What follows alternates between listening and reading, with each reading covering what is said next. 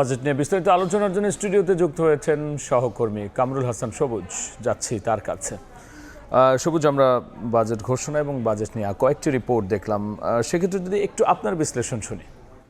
বাজেটটা রাব্বি প্রায় 2 দশক পরে বিএনপি সরকারের রাষ্ট্র ক্ষমতা এসে যে বাজেটটি দিয়েছে, সেই বাজেটে আসলে কিছুটা ব্যতিক্রমী চিত্র উল্লেখ করা গেছে। অর্থাৎ গতানুগতিক যে বাজেট হয়েছে বছর আনতে আবারও সেটি রিশিডিউল করার যে বিষয় রয়েছে, সেটির থেকে একটু ঘুরে দাঁড়ানো, একটু ভিন্নতা যেটা দেখা গেছে সেটি হচ্ছে যে তারা অর্থনীতিকে আসলে খুব টেকসইভাবে পুনরুদ্ধার করতে চায়, অর্থনীতির উত্তরণ ঘটাতে চায় এবং সমৃদ্ধ অর্থনীতির দিকে যেতে চায়, যেটা তারা 3 ইয়ার প্ল্যান বলছে।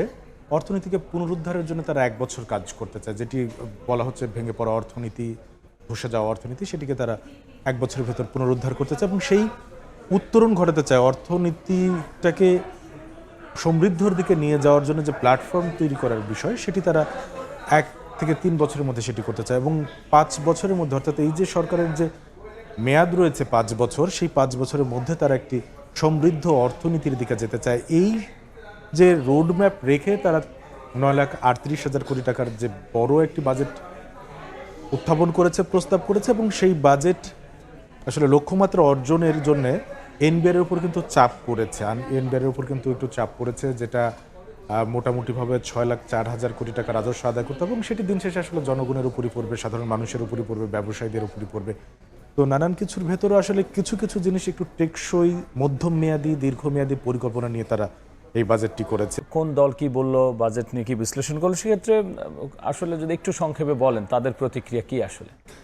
তাদের প্রতিক্রিয়া যেমনটি আমরা জানলাম, আসলে বিভিন্ন জনের আসলে বিভিন্ন ধরনের প্রতিক্রিয়া রয়েছে। তো সরকারের একটি কিন্তু আকাঙ্ক্ষা রয়েছে এই বাজেট উত্থাপনের দিকে এবং সেই আকাঙ্ক্ষাটা আমরা যদি দেখি যে এই আগামী অর্থ বছরের জন্য 6.5% জিডিপি প্রবৃদ্ধির লক্ষ্যমাত্রা যেমন নির্ধারণ করেছে, ঠিক বছর পর তারপর কিভাবে কোথায় যেতে চায় সেটিও কিন্তু তারা এই বাজেটে কিছুটা ইঙ্গিত দিয়েছেন। 2030-31 অর্থ বছরের মধ্যে জিডিপি প্রবৃদ্ধি 8.5% নিয়ে যেতে চায়। এটি কিন্তু তাদের একটি মধ্যমেয়াদী পরিকল্পনা ধরা যায়। মূল্যস্ফীতি 5.5% নামিয়ে আনার লক্ষ্যমাত্রা আছে 2030-31 অর্থ বছরের মধ্যে, যেটি এখন 9%-এর উপরে রয়েছে।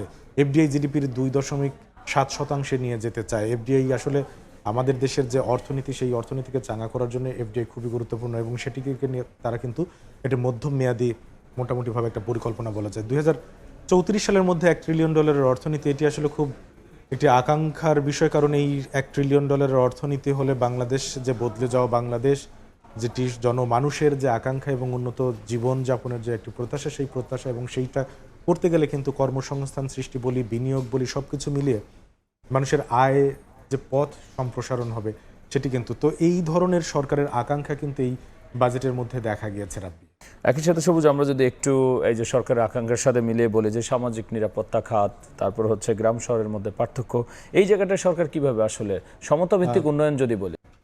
রাব্বি, আমরা দেখছিলাম যে কল্যাণকর রাষ্ট্র গঠনের পথে সরকারের একটি পরিকল্পনার ছাপ রয়েছে এবারের বাজেটে। সেক্ষেত্রে কোন কোন জায়গায় আসলে গুরুত্ব দেওয়া হয়েছে?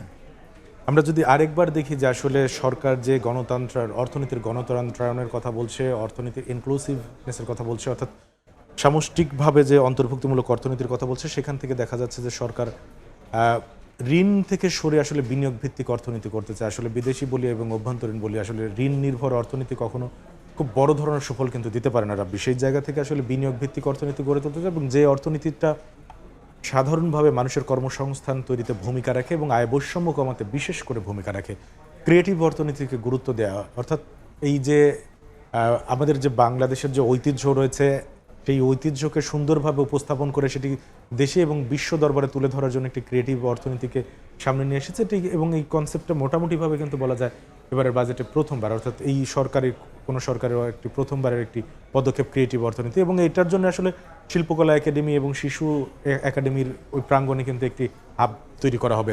এক জেলা এক পণ্য, এটি যদি করা হয়, যেহেতু বাংলাদেশের প্রত্যেকটি জেলাতে আসলে হাইলাইট করার মতো পণ্য রয়েছে, সেটি কিন্তু বাজারে পাবে এবং একই সাথে কিন্তু এই যে কল্যাণকর রাষ্ট্রের কথা বলা হচ্ছে, সেখানে বড় ধরনের বাজেট, বড় আকারের রাজস্ব আহরণ, সেই জায়গার ভেতরেও যদি আমরা দেখি তাহলে কিন্তু দাম যে কমা বাড়া আসে, অর্থাৎ শুল্ক এবং কর আরোপের বিষয় আছে, সেই শুল্ক কর আরোপের বিষয়ের ভেতরেও কিন্তু আমরা এবার দেখেছি যে মোটামুটিভাবে বেশিরভাগ যেগুলো জনবান্ধব, জনগণের যেগুলো নিত্যপণ্য রয়েছে, সেখানে কিন্তু দাম কমানোর বিষয়টিকে বেশি গুরুত্ব দেওয়া হচ্ছে এবং দাম এটিতে আসলে গণমানুষের কমানো বেশি হয়েছে নজর যেন থাকে। জনগণ একটু স্বস্তিতে থাকে, সাধারণ মানুষ স্বস্তিতে থাকে, কারণ দীর্ঘদিন ধরে আসলে তারা উচ্চ মূল্যস্ফীতির চাপে রয়েছে। আমরা যদি দেখি মোটামুটি ভাবে যেগুলো নিত্য পণ্য কিংবা সুস্বাস্থ্যের জন্য কিংবা অসুস্থতার জন্য দরকার হয় সেগুলোর সাথে কিছুটা বিলাসী পণ্যের ক্ষেত্রেও কিন্তু তারা এই দাম কমানোর কিছুটা স্বস্তির খবর দিয়েছে।